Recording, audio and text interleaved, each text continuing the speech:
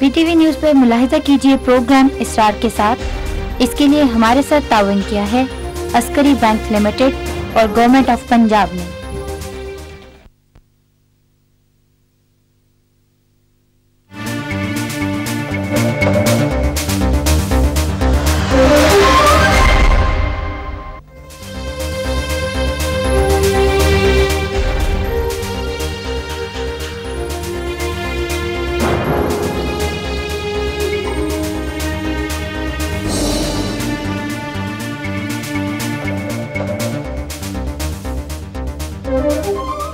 अस्सलाम वालेकुम नाज़रीन, आप हैं इस वक्त इसरार के साथ और आज हम बात करने जा रहे हैं इंतखाबात की। और आपको मालूम है कि सदारती इंतखाबात के बाद अब अगला जो मरहला है वो है जनरल इलेक्शंस का, और उसकी तरफ हम बढ़ रहे हैं।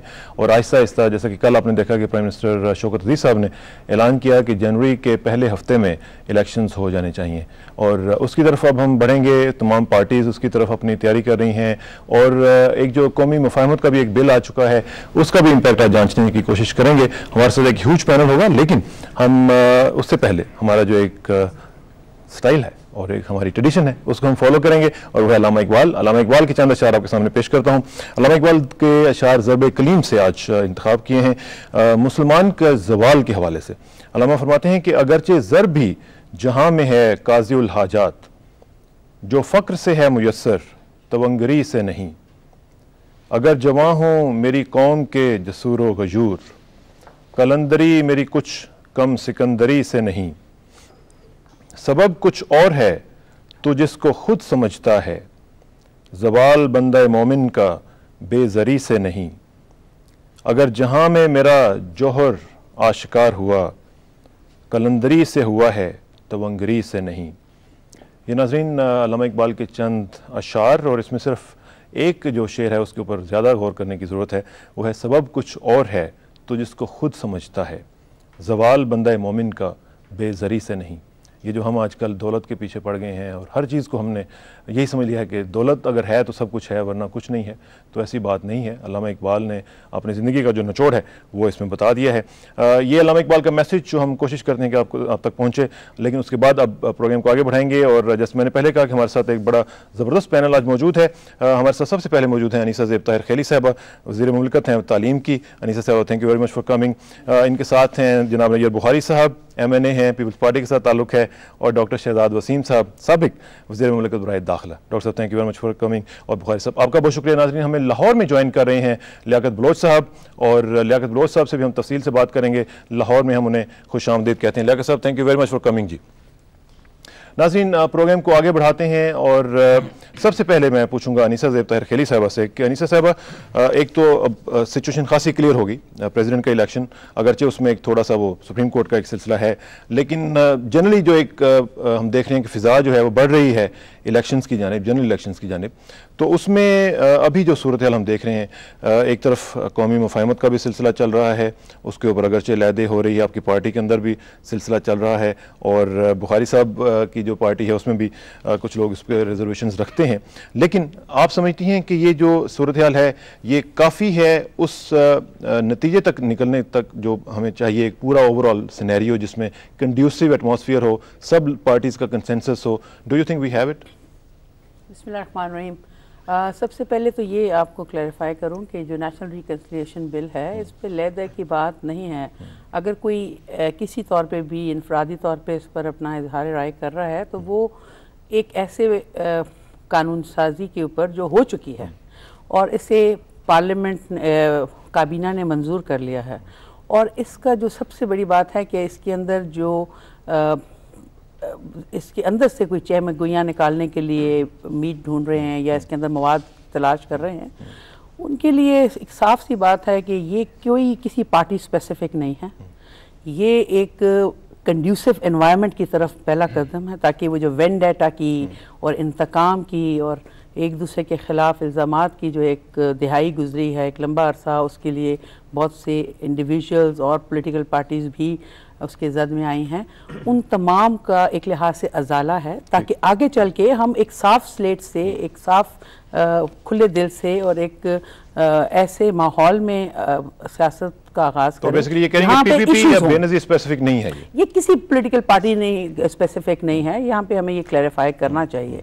और बाकी जहाँ तक इंडिविजुअल पार्टी के अंदर या जो हमारे एलाइज है उनके अंदर है, वो इंडिविजुअल राय है, किसी भी कानून के ऊपर आ सकती है, वो अपना उनका पॉइंट ऑफ व्यू है, इलेक्शन की गेमी का आगाज है और इसमें जाना होगा। बाकी हर पॉलिटिकल पार्टी ने अपना प्रोग्राम लेके जाना है अवाम तक। मेरा ख्याल है अब अवाम के ऊपर छोड़ना चाहिए कि अवाम ने किस चीज़ को कबूल करना है। आपने एक बड़ी इंपॉर्टेंट बात की है कि कोई लैदे नहीं हो रही है आपकी पार्टी में। ये जो शहर में गोइयाँ हो रही थी और अखबारों में जो चीज़ें रिपोर्ट हो रही थी वो सारी गलत हैं। नहीं, गलत नहीं। देखिए, इंडिविजुअल राय तो कोई भी इदार कर सकता है, लेकिन बुनियादी तौर पे ये देखना चाहिए कि कानून साजी वो प्रोमलगेट हो गया, ऑर्डिनेंस बन चुका है और उसकी इफेक्टिवनेस इमीडिएट इफेक्ट के साथ वो लागू हो चुका है।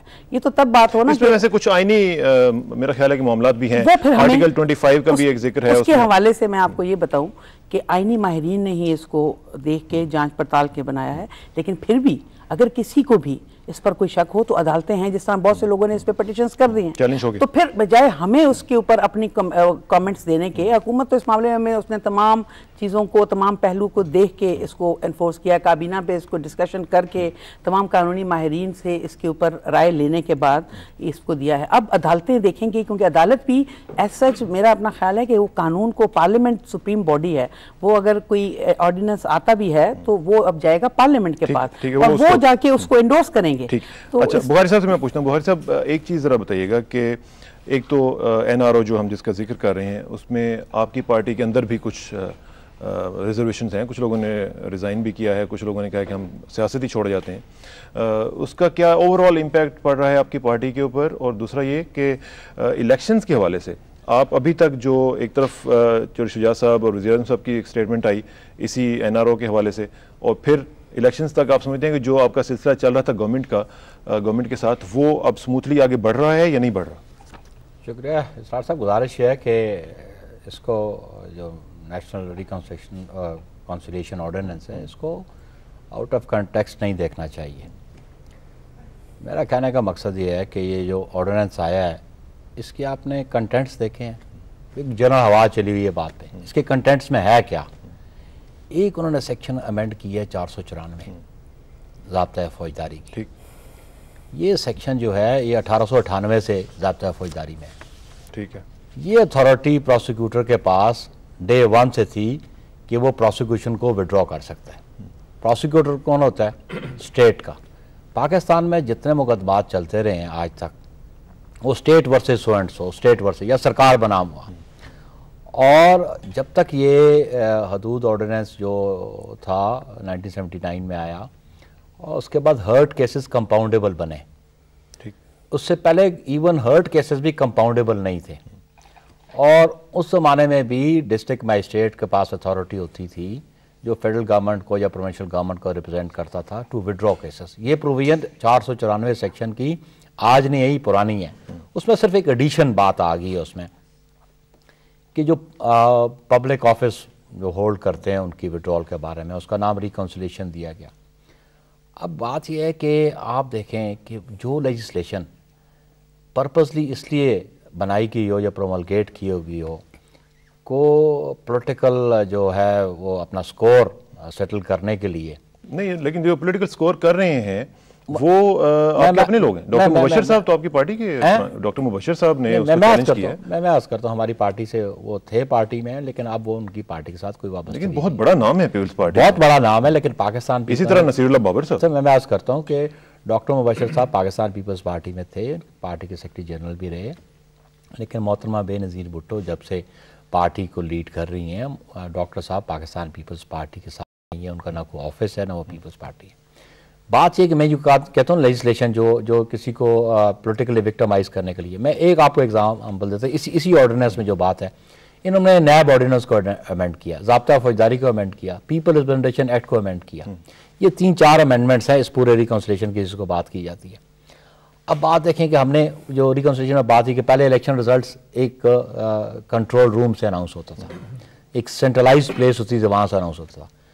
पॉलिटिकल पार्टीज का मुतालबा था कि रिटर्निंग ऑफिसर जो पर्टिकुलर कॉन्स्टिट्यूंसी का है वो अनाउंस करें। एक बात, एक अमेंडमेंट ये है। सेकेंडली एक अमेंडमेंट ये आई है इसमें जो ज़ाब्ता फौजदारी में है कि ये रिव्यू बोर्ड्स होंगे, वो रिव्यू करेंगे। रिव्यू बोर्ड में कौन है? Retired justice of supreme court, attorney general and secretary law. ठीक है, ये तो बातें ठीक है, लेकिन जो बुनियादी तौर पर बात सामने आई है, जो आम आदमी का कंसर्न है बुखारी साहब, वो उसकी तरफ मैं आपकी तरफ आता हूँ, वो है वो केसेस बेनज़ीर साहिबा के जिनकी मालियत जो है वो अरबों डॉलर्स में लोग कहते हैं, मैं नहीं कहता हूँ। उसके ऊपर मैं आपका रिएक्शन चाहूंगा, लेकिन मैं पहले जरा डॉक्टर साहब को बात कर लूँ। डॉक्टर साहब क्वेश्चन छोड़े जा रहा हूँ, मैं आपकी तरफ आऊंगा क्योंकि हमने एक राउंड तैयार करना है, पूरा मुकम्मल करना है, फिर जाने लाहौर लियाकत साहब से बात करनी। डॉक्टर साहब, आप इंटीरियर मिनिस्टर भी रहे हैं, मुझे ये बताइएगा कि इस तरह का ये जो सिलसिला बन रहा है और एक परसेप्शन है जो लोगों में है कि जनाब ये मोहतरमा के लिए स्पेसिफिक है, ये आम लोगों के लिए नहीं है, बल्कि आज भी आपने देखा कि रिमार्क्स आए पटवारियों के बारे में और वो भी आपने सुने। आपका क्या ख्याल है? आप इनसाइड स्टोरी ज़रा कुछ थोड़ी सी जानते होंगे, आप क्या समझते हैं?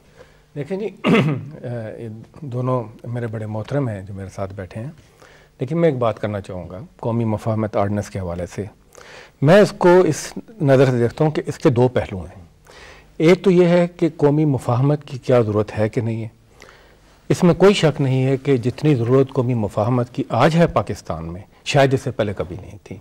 और इसमें भी कोई शक नहीं कि पाकिस्तान की तारीख भरी पड़ी है ऐसे बेशुमार वाक़यात से कि जहाँ पर सिर्फ़ एक पॉलिटिकल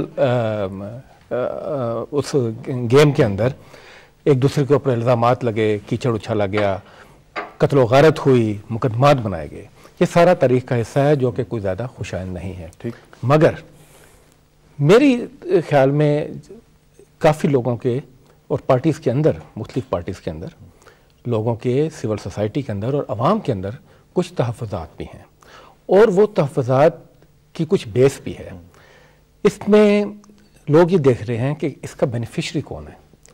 और दूसरी जो चीज़ सबसे अहम है वो इसकी टाइमिंग है कि ये किस वक्त ये इलेक्शन से पहले, तो उससे जो एक डील का तासुर चल रहा था और ये जो डील की बात पहले चल रही थी, कोई उसको कहता है जी हम बातचीत कर रहे हैं, कोई उसको मफाहमत का नाम देता है, मगर ये हकीकत है कि अवाम की नज़र में ये सब डील थी। और इसमें कोई शक नहीं है कि इसकी जो टाइमिंग है उसमें इन तमाम बातों को मलहूद खातर रखा गया और जिसकी बाद ये ऑर्डिनेंस की शक्ल में आया। अब एक अहम पार्टी जो है जिसको हम सारे नज़रअंदाज कर देते हैं वो है पाकिस्तान के अवाम। और कोई भी फैसला जो पाकिस्तान के अवाम को साथ लेकर नहीं होगा वो कभी भी देरपा साबित नहीं होगा।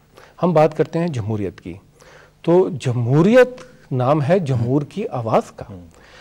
एक अच्छी बात जो है, हम इस तरह की पैनल डिस्कशन में बैठ के मैं अपना पॉइंट ऑफ व्यू दूँ या अपना दें, हर एक आदमी का हक है, मगर सबसे अहम पॉइंट ऑफ व्यू है वो जो आने वाला है और वो होगा पाकिस्तान के अवाम का जो इलेक्शन में अपना बोलेंगे और अपना जो। और मैं एक बात कहता चलूँ कि आप आज सड़क पर निकल के देखें, ये हम सब अवामी लोग हैं, लोगों में उठते बैठते हैं, लोग बड़ी बारीकी के साथ इस तमाम सूरत हाल को देख रहे हैं। वो पॉलिटिकल पार्टीज़ के कैरेक्टर्स को भी एवेलुएट कर रहे हैं अपनी नज़र से। और मैं समझता हूँ कि आइंदा आने वाला इलेक्शन पाकिस्तान की तारीख़ का एक तारीख़ साज इलेक्शन होगा और इसमें मुझे पूरी उम्मीद है कि पाकिस्तान के अवाम जो है वो अपना सही और दुरुस्त फैसला करेंगे और वो फैसला तमाम लोगों की कारकर्दगी को देखते हैं। ये बड़ी ज़बरदस्त बात की आपने। ज़रा चलते हैं लाहौर और लियाकत साहब से ज़रा मैं बात करूंगा। लियाकत साहब, ज़रा आप बताइएगा कि इस ऑर्डिनेंस के हवाले से एमएमए का क्या मौक़िफ़ है, और दूसरी बात ये कि मुफाहमत की जब बात आती है तो आपकी पार्टी के अंदर भी कुछ मुफाहमत की ज़रूरत महसूस हो रही है आजकल।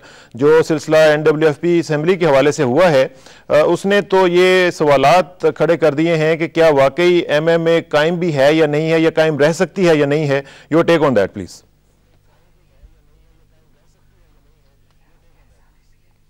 जी बिस्मिल्लाहिर्रहमानिर्रहीम, बहुत शुक्रिया सर साहब।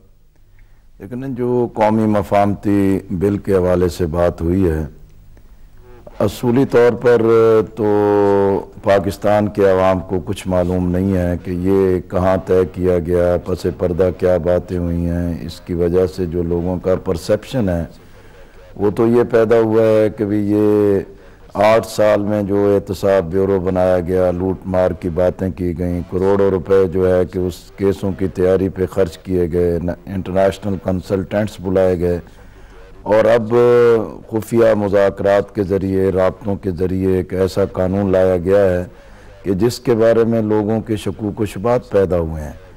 ख़ुद पाकिस्तान पीपल्स पार्टी का हमेशा ये दावा होता था कि ये ऐवान सदर आर्डीनेंस फैक्ट्री बनी हुई है। अब अगर अपने मफाद की खातिर को आर्डीनेंस आ जाए और उसको इस तरीके से कबूल कर लिया जाए तो ये बज़ाते ख़ुद बहुत सारे सवालात पैदा करता है। असूली बात यह है कि इस मफाहमती मुआहदे को या मफाहमती आर्डीनेंस को कौम ने ज़हनन कबूल नहीं किया, और फिर सियासी जमातों के साथ या अपोजिशन की जमातों के साथ या पार्लियामेंट के अंदर नुमाइंदा सियासी जमातों के साथ इस तरह की मफाहमत पे ना कोई बात हुई है, और इसी वजह से इसके जो मनफी पहलू हैं कि वो ज़्यादा सामने आए हैं। ख़ास तौर पे ख़ुद सरकारी पार्टी में एक इस्तराब सामने आया है। ख़ुद हुक्मरान जमात के सरबराह ने जिन अल्फाज के साथ ये सारी बातें की हैं वो सब के सामने मौजूद हैं। इसलिए अगर कोई कौमी मफाहमत पैदा करना चाहता है जो शकूक व शुबात का शिकार हो जाए, जिसकी मजबूत बुनियाद ना हो, तो मुस्तकबिल में उसके चलने के कोई इम्कानात नज़र नहीं आते। दूसरा, जैसे आपने कहा कि मुत्तहिदा मजलिस अमल के दरमियान यकीनी तौर पर इस वक्त एक तलखी पैदा हुई है। आपके इल्म है कि APDM ने फ़ैसला किया था कि ये बावर्दी सदारती इंतखाब होगा तो हम इस इलेक्टोरल कॉलेज से अपने आप को बाहर करेंगे। अब कौमी असम्बली बलोचिस्तान, सिंध और पंजाब से हमने रिज़ाइन कर दिया, और सरहद के बारे में था कि हम इसको डिज़ाल्व करेंगे।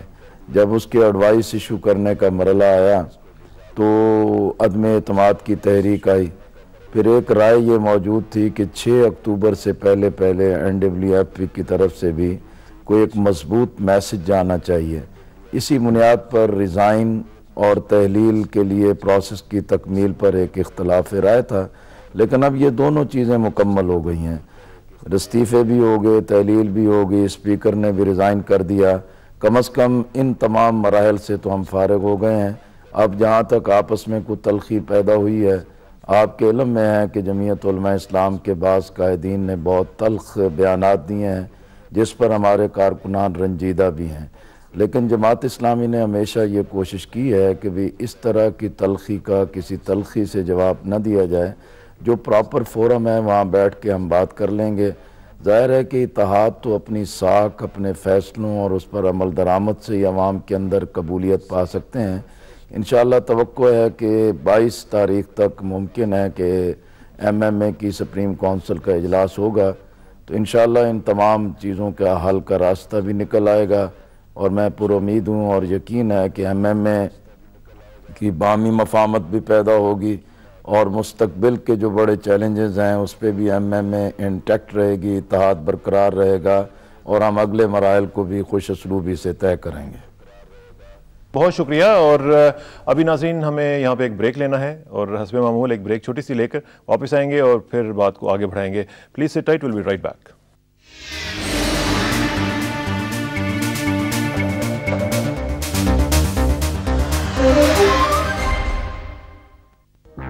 पंजाब में खुशहाली का नया दौर, मुफ्त तालीम, मुफ्त किताबें, तालिबात के लिए माहाना वज़ाइफ, खानदगी के लिए गैर रस्मी तालीमी प्रोग्राम, सूबे भर में देही मराकज़ सेहत की तंजीमें नौ, नए अस्पताल और ट्रीटमेंट सेंटर, मुफ्त इलाज और मुफ्त अद्वियात की फराहमी, बैनुल अक़वामी मयार की रेस्क्यू और fire service 1122, highway patrolling police, green rickshaw और रोजगार स्कीम, सिटी ट्रैफिक पुलिस का नया निजाम, बेसहारा बच्चों की बहाली के इदारे, खुसूसी बच्चों की तालीम और तरबियत पर खास तवज्जो, 6,46,000 इंतहाई गरीब घरानों की मुआशी बहाली और उनके लिए 500 रुपए माहाना कफालत अलाउंस। हर कदम खुशहाली की जाना।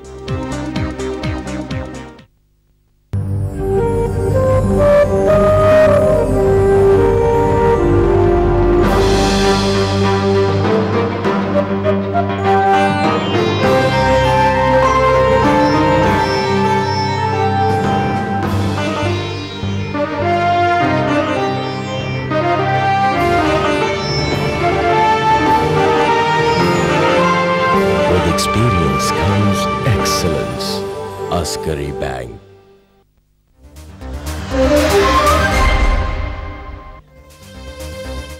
वेलकम बैक नाज़रीन। बात हो रही है कौमी मफाहमत की, आइंदा इंतखाबात की और क्या हम लोग तैयार हैं, और इसी हवाले से हमारे साथ कॉलर्स भी आज मौजूद हैं। हम कॉलर्स भी नंबर्स आपको मालूम है कि स्क्रीन पे आप देख सकते हैं। कॉलर्स के ज़रा बात करते हैं। पहले कॉलर देखते हैं कौन है। अस्सलाम वालेकुम जी। जी वालेकुम अस्सलाम जी, तारुफ करवाइएगा, कौन सा बोल रहे हैं, कहाँ से बोल रहे हैं? जी मैं मोहम्मद सलीम मलिक वसनपुरा लाहौर से अर्ज कर रहा हूँ। सलीम मलिक साहब वसनपुरा लाहौर से, फरमाइएगा जी। जी जनाब अली, मेरा तीनों साहिबान से जो आपके पास बैठे हुए हैं जी जी। इनसे सवाल है कि हमारे सदर मोहतरम बेनज़ीर भुट्टो साहबा को करप्ट तरीन औरत कहते रहे हैं, आज उनमें कौन सी खूबी पैदा हो गई है कि वो सारी ये कौमी मफाद के नाम पर उनको ये रिलीफ दिया जा रहा है, या सब लोगों को जो करप्ट थे, हाँ उनमें सियासतदान थे, फौजी साहिबान थे या दूसरे सिविल ब्यूरोक्रेट वगैरह थे, आज उनमें क्या खूबी पैदा हो गई है कि उनको रिलीफ दिया जा रहा है? चलें, थैंक यू वेरी मच, आपकी कॉल का जिस्ट समझ आ गया। इसमें मैं थोड़ा सा ज़रा ऐड कर दूं। अनीसा साहब, मैं आपसे ज़रा ये सवाल करूंगा। कॉन्स्टिट्यूशन ऑफ पाकिस्तान मेरे सामने है और इसमें जो कॉल भी आई है उसका भी थोड़ा सा जिक्र कर लेते हैं। इक्वालिटी ऑफ सिटीजन्स की बात है। Article 25 says all citizens are equal before law and are entitled to equal protection of law. इसका जो पार्ट 2 है वो कहता है कि there shall be no discrimination on the basis of sex alone. 3 कहता है कि nothing in this article shall prevent the state from making any special provisions for the protection of women and children. अब इसी तरह ये सारा कुछ कहता है। जो इक्वालिटी ऑफ सिटीजन है यहाँ पे, उसका एक क्वेश्चन आता है कि कुछ लोगों के लिए आपने एक कानून बना दिया, दूसरे लोग जो हैं वो इसमें आते नहीं हैं, तो ये कोई आईनी इसमें मसला नहीं आएगा आपके सामने? नहीं, ये तो बिल्कुल मेरे ख्याल में मिसकंसेप्शन है, क्योंकि ये ज़्यादातर तासुर इस वक्त ये जा रहा है कि ये कोई मोहतरमा बेनज़ीर स्पेसिफिक है या पीपल्स पार्टी स्पेसिफिक है। जिस तरह आपने जो आर्टिकल पढ़ा उसका मकसद बुनियादी तौर पे यह है कि अवाम जो हैं या मुल्क में जितने भी सिटीजन शहरी हैं वो सब कानून के सामने बिल्कुल एक। मैंने अगर बैंक का 2 लाख या 2.5 लाख रुपया देना है, मेरे पास तो तहसीलदार आता है और वो आगे पकड़ के मुझे जेल में ले जाता है, ठीक है जी, मैं तो पकड़ा गया। अब दूसरे लोग जो हैं जिनके ऊपर सो कॉल्ड करप्शन के केसेस हैं अरबों रुपए के, वो आते हैं, तो लोगों का एक परसेप्शन ये है कि करप्शन पेज। देखें, बात ये है बुनियादी तौर पे यहाँ पे भी अगर आप देखें तो आज तकरीबन जब से ये केसेस बने हैं, ये कोई मुशर्रफ दौर में नहीं बने हैं ये केसेस, ये पिछले जमहूरी हुकूमतों ने एक दूसरे पे बनाए हैं। और बुनियादी तौर पे आपने किया नहीं, माफ़ की बात नहीं है, माफ़ तो कर्जे भी बहुत ज़्यादा माफ़ हुए हैं और छोटे तबकात को मुख्तलिफ जगह पे, लेकिन बुनियादी तौर पे आप एक चीज़ को ज़रूर समझने की, और मैं समझती हूँ आवाम को चाहिए ज़रूर समझें कि बुनियादी तौर पे ये एक ऑर्डिनेंस है। ऑर्डिनेंस अमूमन 4 महीने के लिए होता है। हुकूमत की तरफ से ये एक इंटेंशन है, हुकूमत ने अपनी पॉलिसी के मुताबिक, चूँकि आप कहते हैं कि वक्त क्या है इसका, इस वक्त क्या ज़रूरत थी, एक जनरल इलेक्शन की तरफ हम जा रहे हैं। इसमें हमने तमाम जितने भी किसी एक पॉलिटिकल पार्टी के लिए नहीं है, ये एक कानून बनाया गया। टाइमिंग्स की बात की थी डॉक्टर साहब ने, वो जो टाइमिंग की बात की है उन्होंने कि इस टाइम ही क्यों? इसलिए कि अब हम एक इलेक्शन की तरफ जाने वाले हैं, अगले हम जनरल इलेक्शंस की तरफ जा रहे हैं, और ये चूंकि उस जनरल इलेक्शंस का असर अगले 5 साल तक इस मुल्क पर होगा, और बुनियादी तौर पे जिन मसाइल का हमें सामना है, आप उन चीज़ों को उस तनाजुर में देखें। इस वक्त मुल्क को दहशतगर्दी, इंतहा पसंदी और फिर रीजनल जो हमारे यहाँ एक सिचुएशन है उसके हवाले से हमें बहुत से मसाइल का सामना है। मसाइल को सामने के लिए हमने जो आपको पीपल्स पार्टी के साथ साथ PMLN, MNA, किसने कहा कि इनमें ये शामिल नहीं, ये आप ये देखें कि ये कानून क्या किसी एक पार्टी को स्पेसिफाई कर रहा है? ये तो एक 1986 से है और 1999 तक रहा है। अगर ये हुकूमत चाहती या इसके दिल में कोई ऐसी बात होती कि इस अरसे के लिए, तो हम अपना 2007 तक ले आते। लेकिन मैं अपने भाई का, जिन्होंने ये कहा है कि ये पहले उस देखिए प्रेसिडेंट मुशर्रफ ने जिस वक्त यहाँ पे आए, अन्ना ने हुकूमत संभाला, उस वक्त सिचुएशन जो उनके सामने थी वो उस वक्त की सिचुएशन थी जिस वक्त माजी में, वो उसको नहीं चेंज कर रहे थे। वही केसेस जो पहले एहतसाब ब्यूरो के हवाले से था और एहतसाब कोर्ट्स में थे, वो नैब कोर्ट्स में चले गए, शिफ्ट हो गए, लेकिन उनका असर कहीं सामने नजर नहीं आया। और इस तमाम अरसे में एक ह्यू एंड क्राई थी, कहीं किसी को 8 साल का, कहीं किसी को 5 साल का, और फिर कोर्ट्स उनको बेल पे बेल दे रही हैं। अब बुनियादी तौर पर या तो हम उनके इंतजार में बैठते और जैसा ये कहते हैं करोड़ों रुपए लगाए, मजीद करोड़ों रुपए लगाते रहते, या फिर एक क्लियर स्लेट देते ताकि आइंदा के लिए ये लाइन है। और अब आप देखें ऑफिस होल्डर्स में सियासी लोग भी हैं, उसमें ऐसे लोग जो किसी भी मनसिब में शामिल हों, उन सबको है। अब ये लॉ मिनिस्ट्री बाद में बताएगी कि इस केसेस का फायदा किन किन को और कितने लोगों को हुआ। बिल्कुल ठीक है। मैं बुखारी साहब से वही सवाल जो मैंने छोड़ा था बुखारी साहब, लेकिन उससे पहले एक न्यूज़ आपको बता दूं नाजरीन कि सऊदी अरब में ईद का चांद नज़र आ गया है, लिहाजा सऊदी अरब के जितने भी मुसलमान हैं उनको हमारी तरफ से, सबकी तरफ से ईद मुबारक। बहुत बहुत मुबारक, बहुत मुबारक, सबकी तरफ से मुबारक। बुखारी साहब वही जो क्वेश्चन मैंने आपके लिए छोड़ा था करप्शन के वाले से, खुसूसी मुबारक डॉक्टर वसीम साहब की तरफ से। इस्रार साहब गुजारिश है कि आपने क्वेश्चन किया देन स्किप्ड ओवर। नहीं मैं इसलिए गुजारिश है, अब इसमें दो इश्यूज हैं, एक तो कॉलर ने जो आपको क्वेश्चन किया और एक आपका क्वेश्चन। गुजारिश है कि आप ये देखें कि पाकिस्तान पीपल्स पार्टी के खिलाफ, की लीडरशिप के खिलाफ या बाकी लोगों के खिलाफ मुकदमात कब बने। 96 ऑनवर्ड आज तक प्रोसिक्यूशन एक केस इस्टेब्लिश नहीं कर सकी, ना पाकिस्तान के अंदर अदालतों में ना बैरून मुल्क, कोई भी। इट वाज ऑल फ्रिवलेस और फॉल्स केसेस, और ये हम डे 1 मुतालबा करते रहे। पाकिस्तान पीपल्स पार्टी ARD की मीटिंग में सब विंडिक्टिवनेस थी ये सब कुछ। मैं अर्ज करता हूँ, मैं उसको भी आता हूँ, I will be specific on that also. उस पर कन्फेशन हो चुकी है, माफिया मांग चुके हैं। उस पे जिन लोगों ने मुकदमात बनाए उन्होंने कहा हमने गलत बनाए, on the floor of the house भी उन लोगों ने कहा कि हमने गलत बनाए। पाकिस्तान पीपल्स पार्टी, अच्छा वो जो बातें जो आज क्रिटिसाइज कर रही हैं, वो ARD के प्लेटफॉर्म से जब भी कोई मीटिंग हुई और रेजोल्यूशन हुआ, ये मुतालबा आया कि ये फॉल्स और फ्रिवलेस मुकदमात वापस लिए जाए, ये तब का मुतालबा चलता रहा। अब गुजारिश ये है कि आप ये देखें कि नैब ऑर्डिनेंस आया, नैब ऑर्डिनेंस में एक एग्जेम्पशन थी कि जी जुडिशियल ऑफिसर्स और आर्म फोर्सेस का ऑफिसर्स वो एग्जेम्प्ट थे फ्रॉम नैब। फिर इक्वलिटी ऑफ लॉ की कहाँ बात कही। फिर एक लॉ आपने बनाया, ऐसा लॉ जो किसी को विक्टिमाइज करने के लिए था कि पाकिस्तान में 60 साल से जो मुकदमात फौजदारी चल रहे हैं उसमें इन एब्सेंशिया कोई सजा की प्रोविजन नहीं थी, आपने वो डाली, आज इस ऑर्डिनेंस में वो डिलीट हुई है। फिर आपने ये किया कि 23 अगस्त 2002 आप एक कानून फिर ले आए कि जो एब्सेंशिया में जो सजा हुई है जिस प्रोविजन के तहत जो केस एस्टेब्लिश नहीं था, कोई कन्विक्शन ऑन इस बुनियाद पे नहीं थी कि कोई प्रोसिक्यूशन ने केस एस्टेब्लिश कर लिया, सिर्फ है कि समबडी इज एब्सेंट, आपने उसको 3 साल सजा दे दी, उसकी बुनियाद में आपने बार कर दिया कि वो इलेक्शन कंटेस्ट नहीं कर सकते। गुजारिश है कि बेस्ट जज, जैसे डॉक्टर शहजाद ने कहा, पब्लिक अवाम बेस्ट जज है। लेकिन ये पूरी डील में अवाम तो कहीं भी नजर नहीं। अब मैं आज करता हूँ ना, मैं आज तो कहीं नहीं, अमेरिका नजर आया। अब मेरी आप बात को कर रहे हैं डील, अब देखें जी, public has to decide, elections आ रहे हैं, अपॉर्चुनिटी होनी चाहिए to every citizen to contest election. People are the best जज, दे कैन डिसाइड कि जनाब अगर कोई करप्ट है तो फिर उसको वोट नहीं देंगे, अगर वो अपराइट है, उसने इस मुल्क और कौम की खिदमत की है, तो people will vote for him. तो ये अपॉर्चुनिटी अब पब्लिक को मिली है। इस किस्म के कवानीन बना के किसी पर्टिकुलर पर्सन को इस इलेक्शन प्रोसेस से बाहर निकालना, ये ज्यादती की बात है, विक्टिमाइजेशन है, ये विक्टिमाइजेशन है। और मैं ये अर्ज करता हूँ कि एक स्पेसिफिक लॉ बना जो 23 अगस्त 2002 को कि सिर्फ इसलिए कि मोहतरमा बेनज़ीर भुट्टो साहब इलेक्शन ना कंटेस्ट कर सकें। गुजारिश है कि वो कानून जिससे कोई इल्ज़ाम साबित नहीं हुआ। और फिर आप ये देखें कि जब आप एक सेक्शन ऑफ सोसाइटी आप उसको नैब से एग्जेम्प्ट करते हैं, अब जो प्रोविजन आई है, अब प्रोविजन में क्या आया है कि अच्छा जी अगर पार्लियामेंटेरियंस के खिलाफ है तो there is a specific committee for it, let them decide it. और वो पावर्स जो है वो अमेंड हुई है चेयरमैन। डॉक्टर साहब को भी जरा बीच में लाऊंगा। डॉक्टर साहब एक सेकंड जरा होल्ड कीजिएगा, मेरे साथ एक कॉलर है, उनसे भी जरा बात कर लेते हैं, फिर मैं आपसे जरा सवाल करता हूँ। अस्सलाम वालेकुम जी। हेलो। वालेकुम अस्सलाम। कौन साहब, कहाँ से जी?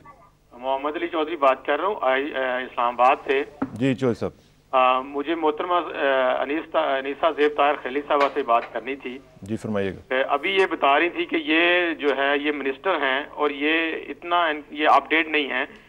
इन्होंने अभी ये कहा, ये बात की कि ये जो लॉ बना है ये तमाम लोगों के लिए है। इन्हीं की हुकूमत के वसीम सज्जाद आज सुप्रीम कोर्ट में एक पटवारी का केस लड़ रहे थे, तो उन्होंने कहा जी कि ये अगर ये कानून सबके लिए है, शहरी सारे बराबर हैं, इस पे बात होगी है, मैं आपका जवाब लेता हूँ जी प्लीज। अच्छा, बुनियादी तौर पे तो पॉलिटिकल विक्टिमाइजेशन है। अब पटवारी के साथ अगर पॉलिटिकल विक्टिमाइजेशन है, उसकी इंटरप्रिटेशन में अगर वो उन्होंने एक बात उठा ली है तो वो आउट ऑफ कॉन्टेक्स्ट है। मैं बुनियादी तौर पे चौधरी साहब को भी समझा दूं, चौधरी मोहम्मद अली साहब को भी, कि ये मिस इन्फॉर्मेशन की बात नहीं, कानून आपके सामने पड़ा है। कानून में ये है कि अगर कोई ऑफिस होल्डर है, किसी मनसब के ऊपर है और उसके ऊपर पॉलिटिकल सियासी बुनियादों के ऊपर एक वेंडाटा इंतकामी कार्रवाई है तो उसको ये लॉ एड्रेस करता है। बुनियादी तौर पे ये लॉ तमाम लॉज को ओवरराइड नहीं करता। मैं यहाँ पे सिर्फ एक आपका मिनट लूँगी और ये भी क्लैरिफाई करूँगी, आप बार बार अभी आपने ये पॉइंट उठाया कि इसमें अवाम नहीं है और अवाम नज़र नहीं आ रहे। देखिए ऑर्डिनेंस जब पेश होता है उसके लिए बहुत से आगे अब कानून है, ये हमेशा इनेक्टमेंट होगी तो ये पार्लियामेंट के सामने जहाँ अवामी नुमाइंदे आके इसको देखेंगे परखेंगे। अगर जो भी पार्लियामेंट है नेक्स्ट है ये जब ये इसका टाइम आएगा ये ज़रूर पेश हो जाएगा विद इन जो इसकी लिमिटेशन है। बुनियादी तौर पे हमने ये देखना है और फिर कानून अदालतें मौजूद हैं। अदालतें अगर ये समझते हैं कि किसी भी और आइन से या किसी और कानून से ये मुतसादिम है तो तब भी इसको वो नल एंड वॉइड करार दे सकते हैं। अगर ये किसी तरीके से वो समझते हैं कि अल्ट्रा वायरस है, कॉन्स्टिट्यूशन की जो रूह है उसके मुनाफी है, तो यहाँ पे बुनियाद तौर पर इंफॉर्मेशन के लिए आपको मैं ये चाहूंगी कि आप इसको जरा तफसीलन पढ़ें और समझें। ठीक है डॉक्टर साहब, आपका एक तो ये मुझे बताइएगा कि सबसे बड़ी वो बात जो कर रहे हैं वो ये है कि इतनी देर केसेस चले और साबित कुछ भी नहीं हुआ। अब आवाम जो है वो बाकायदा तौर पे एक आम आदमी जो कॉन्शियसनेस रखता है, पॉलिटिकली अवेयर है, वो ये जानना चाहता है कि आपने 8-10 साल फिर क्या किया, क्यों नहीं आपने केसेस को उसी वक्त नॉकडाउन कर देना था, आपने क्यों चलने दिए? जी बड़ा अच्छा और बड़ा रेलेवेंट सवाल है ये, लेकिन मैं इसमें एक बात अर्ज़ करूँ इसके जवाब देने से पहले कि जब पब्लिक ऑफिस की आपने पहले बात की, पहले मैं उसकी बात कर लूँ कि हम जब पार्लिमान की बात करते हैं, पार्लिमान की बालादस्ती की बात करते हैं, तो उसमें सबसे पहली जिम्मेदारी ख़ुद पार्लिमान के अंदर बैठने वाले हम पार्लियामेंटेरियंस के ऊपर आयद होती है। दुनिया में हर जगह पार्लिमान जो है वो आपको इम्यूनिटी नहीं देती, आपको अकाउंटेबल बनाती है और ये एक कंटिन्यूस प्रोसेस है। आप उन ममालिक में देखें जहाँ पर एक आम आदमी वो जुर्म कर लेता है या वो गैर माशरती हरकत कर लेता है, मगर अगर कोई एक आला ओहदेदार शख्सियत वो हरकत करती है तो उसको इम्पीच कर दिया जाता है, उसको उस ऑफिस से हटा दिया जाता है। तो ये वो ट्रेडिशंस हैं इंटरनेशनल डेमोक्रेटिक जो हमें अपनाने चाहिए और हमें अपने ऊपर, और मुझे खुशी है कि इस मरतबा जो ऑर्डिनेंस आया इसमें एक कट ऑफ डेट के बाद कम अज़ कम जो बाद की सारी गवर्नमेंट्स रही हैं उन्होंने अपने लिए कोई इम्यूनिटी नहीं ली, जो कि एक बड़ी खुशाइंद बात है। अच्छी बात। एक बात। दूसरी बात आपने बात की साबित करने की, तो देखें अगर सिर्फ साबित करने की बात हो, ये कोई टेस्ट मैच नहीं है कि 5 दिन अगर वो 2 इनिंग्स पूरी ना हुई तो मैच डिक्लेयर हो गया, इसमें ड्रॉ हो गया, ऐसी बात नहीं है। और दूसरी बात यह है कि अगर ये बात हो तो फिर जितने मफरूर हैं वो 10 साल मफरूर हैं और उसके बाद कहें जी कि मेरे खिलाफ तो कुछ साबित तो ये रहा कि ड्रॉ मेरे खिलाफ कुछ साबित नहीं हुआ, तो वो ये नहीं। पॉलिटिकल पार्टी मैं समझता हूँ कि जो मेरा भाई बुखारी साहब की पार्टी है इसकी बड़ी एक ताबनाक तारीख है। मैं उस पार्टी में नहीं हूँ, लेकिन एज ए पॉलिटिकल वर्कर मैं समझता हूँ हमें अपना दिल खुला रखना चाहिए और जो किसी की अच्छी बात है। 2 साल पहले नहीं कहते थे किताब, मैं हमेशा ये कहता रहा हूँ, देखें मैं बात कर रहा हूँ कि जो रवायात इनके पास हैं, जैसे भुट्टो साहब की हर वहाँ पर भी मुफाहमत के या एक आसान दरवाजे खुले थे, मगर एक मुख्तलिफ कोर्स अडॉप्ट किया गया और उसको उनके वो लोग जो कि उनसे पॉलिटिकल डिफरेंसेस रखते हैं, जिनमें मैं भी शामिल हूँ, मगर इस बात को अप्रिशिएट करते हैं और वो करना चाहिए। तो बेहतर ये होता कि हम जब इलेक्शन में जा रहे हैं तो एक इंडिपेंडेंट, आज सब इंडिपेंडेंट जुडिशरी की बात कर रहे हैं, आज सब सर तस्लीम खम किए बैठे हैं जुडिशरी के सामने, तो बड़ा अच्छा था कि इन केसेस को अदालतों के आगे पेश करके वही रिलीफ अदालतों से लिया जाता है। और मैं समझता हूँ कि अगर आपके हाथ साफ हैं, हमें कोई हक नहीं पहुँचता कि किसी के ऊपर इल्जाम लगाएं और यहाँ बैठ नॉकडाउन कर देती तो कर देती और वो कर देती। अब मुझे लाहौर जाना है और लियाकत साहब को मैं प्रॉपर टाइम मैं वापस आता हूँ लाहौर। लियाकत साहब को मैंने टाइम नहीं दिया ज्यादा, मैं उनसे जरा बात करना चाहता हूँ। लियाकत साहब जरा आप बताइएगा कि इमरान खान साहब आपके बड़े इंपॉर्टेंट मेंबर हैं APDM के, उन्होंने आज बयान दिया है कि मौलाना फजलुर रहमान साहब ने बड़ा क्रिटिकल रोल प्ले किया प्रेसिडेंशियल इलेक्शन में और मजलिस अमल जो है वो इस चीज़ की तहकीकात करे और उनको इसकी सज़ा दे। आप इसके ऊपर क्या कहेंगे, क्योंकि जो APDM है वो भी एक इत्तेहाद आप कायम रखना चाहते हैं और साथ साथ आप MMA का भी इत्तेहाद कायम रखना चाहते हैं, तो आप बड़ा एक ज़बरदस्त किस्म के टाइट रोप के ऊपर चल रहे हैं, कैसे इसको संभालेंगे आप?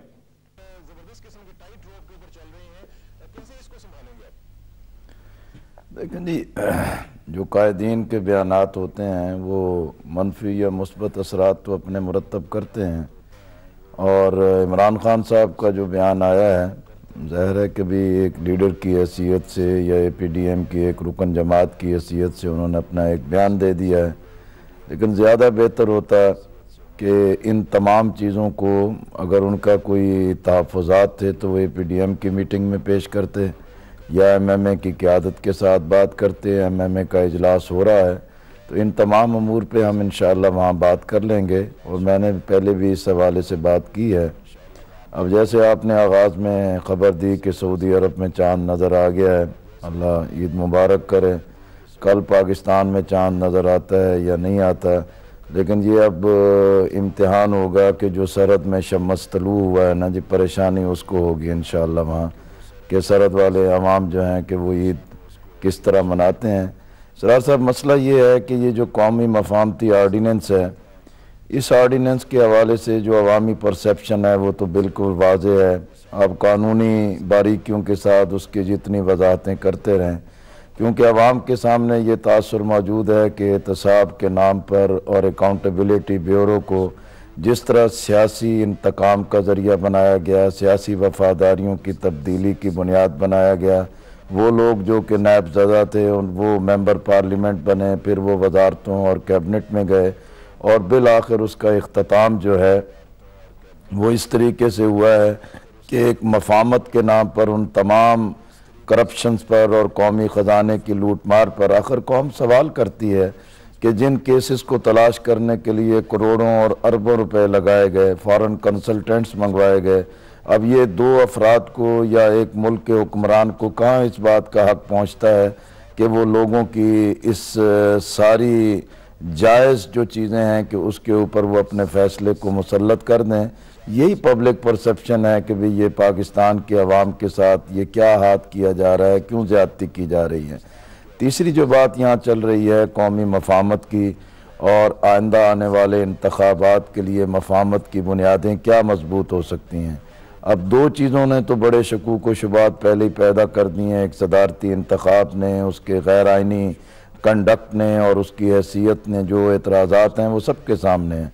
दूसरा, इलेक्शन कमीशन ने वोटर लिस्ट के हवाले से जिस तरह अपने किरदार को मशकूक बनाया है, फिर सदारती इंतखाब में आर्टिकल 63 को जिस तरह उसमें से एग्जेम्प्ट करके एक शख्स को फ़ायदा पहुंचाया गया है, इसकी वजह से इलेक्शन कमीशन ख़ुद भी लोगों की नज़रों के अंदर अपनी साख बरकरार नहीं रख सका। अब कौमी मफाहमत तो इसी चीज़ का नाम है कि लोगों का एतमाद बहाल हो और 16 करोड़ आवाम जो हैं कि वो अपनी नुमाइंदगी और अपने मुस्तकबिल का आज़ादाना और शफाफ बुनियादों पर इंतखाब कर सकें। लेकिन मौजूदा जो डायरेक्शन हो रही है उससे लोगों के अंदर ये तासुर है कि अमरीकी डिक्टेशन के तहत बाज़ फ़ैसले किए जा रहे हैं और मुस्तकबिल में एक मनपसंद एक पॉलिटिकल सेटअप बनाने की तैयारी की जा रही है, और अफ़गानिस्तान के अंदर जो एक अपराइजिंग हो रही है उसको दबाने के लिए, रोकने के लिए पाकिस्तान के अंदर एक ऐसा सेटअप जो उस एजेंडे की हमायत कर सके उसको तैयार किया जा रहा है। असल ज़रूरत तो इस चीज़ की है कि मुल्क में शफाफ और गैर जानिबदाराना इंतखाबात के लिए कौमी इत्तफ़ाक़ राय पैदा किया जाए। इस सिलसिले में तो कहीं कोई डिस्कशन नहीं है, कहीं इस पर कोई मुज़ाकरा या कोई इस चीज़ पर बातचीत नहीं है। पसे पर्दा सारी चीज़ें हो रही हैं और यकलख्त वो कौम के मंजर पर आ जाती हैं, जिससे लोगों में शक पैदा हो रहा है, लोगों की रंजीदगी में और शिद्दत में इजाफा हो रहा है, लोग मुस्तकबिल के बारे में बहुत सारे सवालात खड़े कर रहे हैं। इसलिए ज़रूरत है कि कौमी सतह पर इस चीज़ पर डायलाग हो कि अब यह इंतखाबात शफाफ और गैर जानिबदाराना किस तरह हो सकते हैं। इस हवाले से हमने इलेक्शन कमीशन तक भी अपनी सिफारिशात पहुँचाई हैं और हम समझते हैं कि एक ऐसी कौमी इत्तफ़ाक़ राय की अबूरी हुकूमत जो इंतखाबात को कंडक्ट कराए उस पर आवाम का एतमाद होना चाहिए। इलेक्शन कमीशन बाख्तियार हो कि जो शफाफ और गैर जानिबदाराना इंतखाबात कंडक्ट करे। इसलिए असल ज़रूरत तो इस मरहले पर यही है कि आइंदा आने वाले इंतखाबात के लिए हम कौमी इत्तफ़ाक़ राय किस तरीके से पैदा करें। खुदा न खास्ता इसको नज़रअंदाज किया गया तो ये फेडरेशन के लिए, मुल्क के मुस्तकबिल के लिए, कौमी वहदत के लिए एक बड़े नुकसान का बायस होगा। लियाकत साहब, thank you very much for your input. Anisa साहबा, बड़ी इंपॉर्टेंट दो तीन चीज़ें सामने आई। एक तो मुझे ये बताइएगा कि जो उन्होंने उधर चांद तुलू हुआ और इधर उन्होंने शम्स की बात की है कि वो तुलू हो गया, उसमें क्या ही अच्छा होता कि आप तमाम पार्टीज को ऑन बोर्ड लेती। इतना ज़बरदस्त एक प्रोफेशनल आदमी आपने उनको कंट्रोवर्शियल बना दिया, शमसुल मुल्क साहब। देखिए बुनियादी तौर पे मुझे हैरानगी होती है कि ये किस तरीके से मतलब है, जिस चीज़ पे इनकी तसल्ली ना हो या किसी को अगर कोई इनकी पसंद की शख्सियत ना हो या इनकी मर्जी और मंशा शामिल ना हो तो फिर वो तो गलत है, चाहे वो अदालती फैसला है, चाहे वो कोई कोर्ट का मसला है, चाहे किसी भी तौर पे। और फिर उसको अगर हिस्ट्री जिस तरह अभी लियाकत बलोच साहब ने शुरू की, इस तरह अगर मैं शुरू कर दूँ शायद आपके पास वक्त ही नहीं। जहाँ तक है एक नॉन कॉन्ट्रोवर्शियल जिसका कोई किसी पार्टी के साथ ताल्लुक नहीं है, जिसके अंदर वो भी है थॉरो प्रोफेशनल, वो ही आना चाहिए। केयर टेकर सेटअप्स का यही सेटअप होता है। अब इस चीज़ पे मैं समझती हूँ कि वो अगर ये सिर्फ चांद के हवाले से बात कर रहे हैं कि ईद में वहाँ पे शम्स तलू हुआ है और पता नहीं वो ईद के साथ एक होती है, तो ये इनकी MMA की पिछले 5 साल हुकूमत है, ये अपना रिकॉर्ड भी तो दिखा देंगे इनकी मौजूदगी। अच्छा, एक चीज़ मुझे NWFP असेंबली के हवाले से एक जो आईनी एक और नुकता है वो ये है 224 जो आर्टिकल है उसका जो सेकंड पार्ट है वो ये कहता है कि विद इन 90 डेज इलेक्शंस करवाने हैं आपने। अब जो वहाँ पे डिसोल्यूशन हुआ है वो दूसरी जो हम अगली हमारी जो असेंबलीज होंगी, नेशनल असेंबली और बाकी प्रोविंशियल असेंबलीज, उनसे तकरीबन 1 महीने से कुछ थोड़े से ज़्यादा दिन पहले हो गया। अच्छा, अब वो कैसे जो इलेक्शंस होंगे जो नेशनल असेंबली के और बाकी प्रोविंशियल असेंबलीज के होंगे वो NWFP असेंबलीज के अलहदा होंगे या ये अलहदा होंगे? क्योंकि ये एक आईनी ऐसा नुकता है जिसमें आईनी नुकता ये है बुनियादी तौर पर कि अगर तो पूरा टर्म कंप्लीट करके पूरे अपनी आईनी मुद्दत पूरी करके एक असेंबली डिसॉल्व होती है तो वो 60 दिनों के अंदर अंदर उसमें वहाँ पे इलेक्शन है और केयर टेकर सेटअप है। अगर 2 दिन भी उससे कम है, 3 दिन भी कम है, यानी अपनी आईनी मुद्दत पूरी नहीं होती, तो फिर वो 90 दिन का पीरियड बन जाता है। तो मेरा ख्याल है जिस तरह वफाकी हुकूमत का ये रिजॉल्व है कि ये आईनी मुद्दत इंशाल्लाह पूरी करेंगी, तो हमारे हिसाब से तकरीबन एक ही वक्त आ जाएगा, 1 महीना। हाँ जी, वो फ़र्क पड़ जाता है। तो बुनियादी तौर पे हुकूमत का भी जिस तरह आपने वज़ीर आज़म साहब की बयान का हवाला दिया कि हुकूमत का भी ख्याल है इंशाअल्लाह ताला कि आईनी मुद्दत पूरे होने के बाद ये इलेक्शन जो हैं वो बर वक्त हो जाने चाहिए, और उन्होंने 15 जनवरी का दिया कि उससे पहले पहले हो जाएंगे। तो बुनियादी तौर पे, लेकिन अगर इस लिहाज से ये भी ज़रूरी नहीं है कि आपने बिल्कुल एक ही दिन में कराने हैं वो इलेक्शन। अगर कोई ऐसी आईनी जो है बीच में कोई ऑप्शन तो वो पहले भी हो सकता है। अच्छा, एक और चीज़ जो भी चीज़ होगी आइन के मुताबिक। एक और चीज़ जो खबर चल रही है वो ये है कि बेनज़ीर साहिबा तशरीफ़ ला रही हैं और आप उनको PM का प्रोटोकॉल दे रही हैं, प्राइम मिनिस्टर का प्रोटोकॉल। उसमें वही उसी तरह जिस तरह प्राइम मिनिस्टर का फुल प्रोटोकॉल होता है उसी तरह उनको प्रोटोकॉल मिलेगा। गाड़ियाँ उनके इर्द गिर्द हेलीकॉप्टर ऊपर चल रहे होंगे और पीपल्स पार्टी खुद 350 लोगों का दस्ता उनके लिए बना रही है। तो ये अभी वो प्राइम मिनिस्टर बनी नहीं है तो पहले ही प्रोटोकॉल ये बाकी जो सियासतदान हैं या बाकी जो लीडर्स हैं उनके लिए भी फिर इस तरह का कुछ अरेंजमेंट कर लें। देखिए, ये तो प्राइम मिनिस्टर प्रोटोकॉल तो अब आपने कह दिया, लेकिन बुनियादी तौर पर फुल प्रूफ सिक्योरिटी सिस्टम उनको हुकूमत ने इंश्योर किया है। वो भी उनकी डिमांड, अपनी गाड़ी में उनकी डिमांड पे, देखें उनकी डिमांड पे हुकूमत का भी फर्ज है ताकि वो एक उनकी, अगर आपने देखा हो अभी आने से पहले भी कुछ डायरेक्ट उनको ऐसी थ्रेट्स भी मिली हैं जिसमें उनको डायरेक्टली थ्रेटन किया गया है। तो ये तमाम चीज़ें भी हैं। हुकूमत ये नहीं चाहती कि किसी तौर पे कोई ऐसा इंप्रेशन भी हो कि जिसमें उनकी सिक्योरिटी के साथ कोई ज़रा नज़रअंदाज हो। उनकी डिमांड ओनली बेनज़ीर साहिबा because she is demanded it, और वो इस वक्त आ रही हैं। बाकी लीडर्स हैं।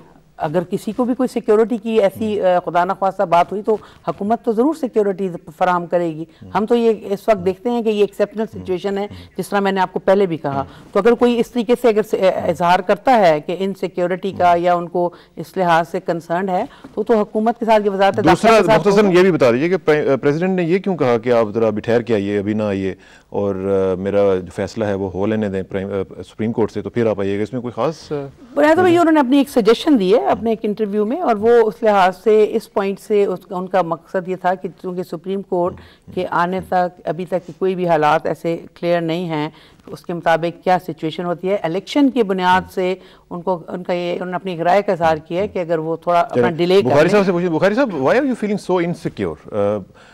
प्राइम मिनिस्टर रही हैं, 2 दफ़ा वो रही हैं माशाल्लाह, इसी मुल्क में रही हैं, यहाँ पे सब जानती हैं वो कि क्या माहौल है। तो आप गवर्नमेंट से इस तरह की चीज़ें डिमांड कर रहे हैं, लोग भी समझते हैं कि भाई ये क्या हो रहा है। इससे कबल के मैं आपके जो सवाल का जवाब दूँ, एक बात कर दूँ जो डॉक्टर शहजाद साहब ने कही कि जनाब कोर्ट से डिसीजन करती, गुजारिश है कि एक कोर्ट ने डिसीजन लिया हमारे ख़िलाफ़, और फिर जब हम अपील में गए सुप्रीम कोर्ट में, और फिर वो जो ऑडियोज़ सुप्रीम कोर्ट में पेश की गई जहाँ एहतसाब ब्यूरो के चेयरमैन की और उस ट्रायल जज की गुफ्तगू जो थी, और फिर वो स्ट्राइक डाउन हुई, वो कन्विक्शन, और फिर उस स्ट्राइक डाउन करने की बुनियाद पे 2 जजेस को सुप्रीम कोर्ट से रिज़ाइन करना पड़ा। तो मेरा कहने का मकसद है कि उस वक्त जो मुकदमात हमारे खिलाफ बनाए गए, कोई सब्सटेंस नहीं था, आज भी सब्सटेंस नहीं था। गवर्नमेंट के पास अगर सब्सटेंस होता तो वो विड्रॉल के लिए ना जाती। पहली बात तो ये है, इसलिए हमारा डे 1 ये मौक़िफ़ था कि हमारे खिलाफ ये नहीं है और ये सारे झूठे मुकदमात हैं। अगर इनके पास सब्सटेंस था तो ये प्रूव करते। प्रोसिक्यूशन अब विड्रॉ खुद कर रही है वो, इसलिए कि उनके पास सफिशिएंट एविडेंस ही नहीं है। एक बात। दूसरी बात, अच्छा, दूसरी बात जो है, प्लीज होल्ड दिस थॉट, मैंने एक ब्रेक लेनी है। दूसरी बात जो है मैं आके आपसे ब्रेक के बाद लेता हूं और फिर शेयर करते हैं बाकी लोगों के साथ। Please sit tight, will be right back.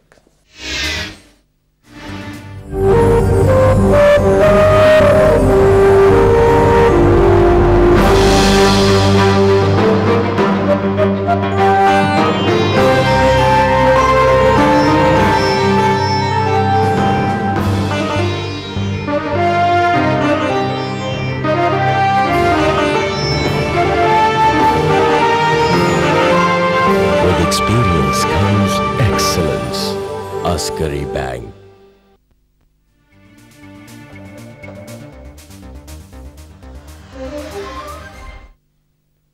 Welcome back नाज़रीन। बात हो रही है दूसरी बात की, और दूसरी बात करने वाले थे नैयर बुखारी साहब। बुखारी साहब, दूसरी बात आपने कहा कि सिक्योरिटी के मामले में, देखिए जी, ये हर सिटीजन का ये राइट बनता है कि can ask for security and safety. Constitution guarantees भी हैं उस पर। मोहतरमा बेनज़ीर भुट्टो साहबा ट्वाइस प्राइम मिनिस्टर रही हैं इस मुल्क की, और वो वापस आ रही हैं मुल्क पे। और गुजारिश है कि सर्टन थ्रेट्स, जैसे अनीसा ने भी कहा आपसे, हम अखबारात में भी पढ़ते हैं कि सर्टन सेगमेंट्स की तरफ से थ्रेट भी, तो हम अपने आप को इनसिक्योर फील नहीं करते। अब देखें जो आपके जो मिनिस्टर्स और प्राइम मिनिस्टर्स और बाकी इन सबको भी तो सिक्योरिटी गवर्नमेंट की फराम की हुई है। और हमने तो कहा है कि एक पर्टिकुलर इवेंट के लिए, क्योंकि कराची में वो लैंड करेंगे 18 को, फिर पब्लिक मीटिंग है वहाँ पे, तो ये हुकूमत वक्त की स्टेट की जिम्मेदारी, सिक्योरिटी के मामलात हैं उसमें होना चाहिए था। इसमें स्टेट की जिम्मेदारी है कि हर शहरी को उसको तहफ़्फ़ुज़ फराम करे। यही तो मेरा क्वेश्चन था कि हर शहरी को हो जाए तो ज्यादा। बिल्कुल, हर शहरी का क्या, हर शहरी को मिलना चाहिए, इसीलिए तो हम ये कहते हैं। इंटीरियर मिनिस्टर साहब साथ पुराने बैठे हुए हैं, उनसे पूछ लेते हैं कि हर शहरी को आप प्रोवाइड नहीं करते, सिर्फ लीडर्स को, और वो भी अब बेनज़ीर साहबा को आ रही हैं तो उनको इतना बड़ा ग्रैंडियोस किस्म का पूरा सेटअप आप दे रहे हैं, तो ये क्या चक्कर है? मैं आपके सवाल का जवाब देने से पहले वजाहत कर दूँ। मैंने जो बात की थी वो ये, मैं इन केसेस के सब्सटेंस या इनके मेरिट की डिस्कशन में नहीं जा रहा, ना ही मैं माजी की उसकी मैंने बात की थी कि कोर्ट्स में क्या सूरत रही। मेरा पॉइंट सिर्फ ये था कि आप ये भी डिमांड कर सकते थे कि एक इंडिपेंडेंट कमीशन बन जाए, आपकी मर्जी से बन जाए, जिस पर आपको एतमाद हो। अगर वो रास्ता अपनाया जाता तो शायद पॉलिटिकली इनको ज़्यादा बेनिफिट होता है इस बात का। तो ये उसकी मैं वजाहत करना चाहता। बाकी जहाँ तक सिक्योरिटी की बात है जी, तो मोहतरमा फॉर्मर प्राइम मिनिस्टर भी हैं, और मैं समझता हूँ कि ये तो उनका हक बनता है कि जो भी फॉर्मर प्राइम मिनिस्टर्स को प्रोटोकॉल अलाउड है वो अक्रॉस द बोर्ड सारे फॉर्मर प्राइम मिनिस्टर, आप मुझे बता दें, सारे फॉर्मर प्राइम मिनिस्टर। एक न्यूज़ में आपको भी देता चलूँ कि सिंध हाई कोर्ट ने ये कह दिया है गवर्नमेंट को कि मोहतरमा को फुल प्रूफ सिक्योरिटी फराहम कर दी जाए। ये it's a good news Bukhari साहब आपके लिए। मुझे अभी लाहौर जाना है, मैं वापस आऊँगा, टाइम हमारे पास बहुत कम है। लेकिन देखें, ये देख लें, अंग्रेजी में 2 किस्म के फूल होते हैं, ये चेक कर लें ये कौन से वाले फूल। ये बुखारी साहब खुद चेक करवा लें, ये खुद चेक कर लें। चले इसमें लाहौर चलते हैं, लियाकत साहब से बात करते हैं। लियाकत साहब, एक जो क्वेश्चन है वो मुझे जरा बताइएगा, जो एक आम आदमी के जहन में इस वक्त है, वो है MMA के मुस्तकबिल के हवाले से 2 माइंडसेट नजर आ रहे हैं। एक मौलाना फजलुर रहमान साहब का माइंडसेट जिसको लोग कहते हैं कि प्रैग्मेटिस्ट हैं वो, एक काजी साहब का माइंडसेट जिसको कहते हैं कि जी बड़े इमोशनल हैं। अब ये जो माइंडसेट हैं ये कैसे मिलके आगे चलेंगे? मुख्तसरन मुझे आधे मिनट में जरा बता दें, क्योंकि मुझे वाइंड अप करना है प्रोग्राम।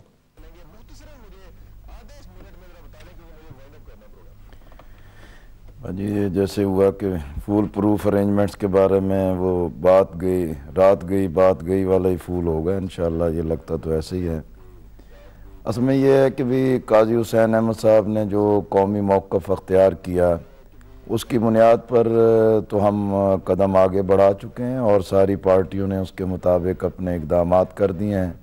अगर मोहतरम मौलाना फजलुर रहमान साहब के पेश नज़र सूबा सरहद की बुनियाद पे कोई भी चीज़ मौजूद थी, तो अब हमें तो इस परसेप्शन को देखना चाहिए कि रिज़ाइन्स हो गए, डिज़ाल्व हो गई, और एक ऐसी केयर टेकर गवर्नमेंट वहाँ लाई गई है कि जिसके बारे में उन्होंने भी और ANP ने भी अपने तहफ़्फ़ुज़ात का इजहार किया है और एहतजाज किया है। तो मेरा ख़्याल है कि अगर इन सारी चीज़ों को तज्ज़िया करें तो इस तनाज़ुर में मुत्तहिदा मजलिस अमल के मुस्तक़बिल में इत्तेहाद के लिए भी एक बेहतर फ़िज़ा पैदा हो गई है। और अगर नुक्ता नज़र के अंदर कहीं थोड़ा बहुत कोई झोल नज़र आता था, इन इक़दामात पर अमल की वजह से और मुस्तक़बिल की हिकमत अमली के हवाले से अब मुत्तहिदा मजलिस अमल की क़यादत को वाज़े और दो टोक मौक़िफ़ लेके आगे बढ़ना होगा। और इस तरह जनरल परवेज़ मुशर्रफ, मोहतरमा बेनज़ीर भुट्टो साहिबा और कराची में MQM के साथ मिल के जो एक तासुर पब्लिक के सामने आ रहा है, इन तमाम हवालों से मुत्तहिदा मजलिस अमल को मुत्तहद रखने और एक वाज़े और दो टोक मौक़िफ़ लेने और मुस्तक़बिल में वाज़े इक़दामात के लिए आइंदा आने वाला जो MMA का इजलास है वो इंशाअल्लाह बहुत ही अहमियत का हामिल होगा। साहब बहुत शुक्रिया, अल्लाह करे कि जो आपके मामलात हैं वो भी तय हों। और आपका बहुत शुक्रिया, sorry to cut you short क्योंकि अभी टाइम का ज़रा मसला आ गया है। मोहतरमा अनीसा साहब आपका बहुत शुक्रिया, आप तशरीफ़ लाएँ। नैय्यर बुखारी साहब, टाइम की किल्लत थी इस वजह से तफसील से बात नहीं हो सकी। डॉक्टर साहब आपका बहुत शुक्रिया। टाइम यही तो मसला है कि टाइम जो है, टाइम इज़ ऑफ एसेंस, ये सब लोगों के लिए बहुत इंपॉर्टेंट है। आपका सबका बहुत शुक्रिया नाज़रीन। और आखिर में दुआ कि हम लोग आइंदा आपके साथ जब कल मुलाकात होगी तो हम एक और टॉपिक के साथ डिस्कस करेंगे, लेकिन आज दुआ के साथ प्रोग्राम को ख़त्म करते हैं। और दुआ ये कि मेरी इज़्ज़त के लिए काफ़ी है मेरे मौला कि मैं तेरा बंदा हूँ, और मेरे फ़ख्र के लिए काफ़ी है कि तू मेरा परवरदिगार है। तू बिल्कुल उसी तरह है जिस तरह मैं चाहता हूँ, मुझे भी उसी तरह बना दे जिस तरह तू चाहता है। सपुर्दम बतोमाए खेशरा तू दानी हिसाब कम बेशरा। मुझे इसरा किसाना को कल तक के लिए इजाज़त दीजिए, कल मुलाकात होगी इंशाअल्लाह। अल्लाह हाफ़िज़।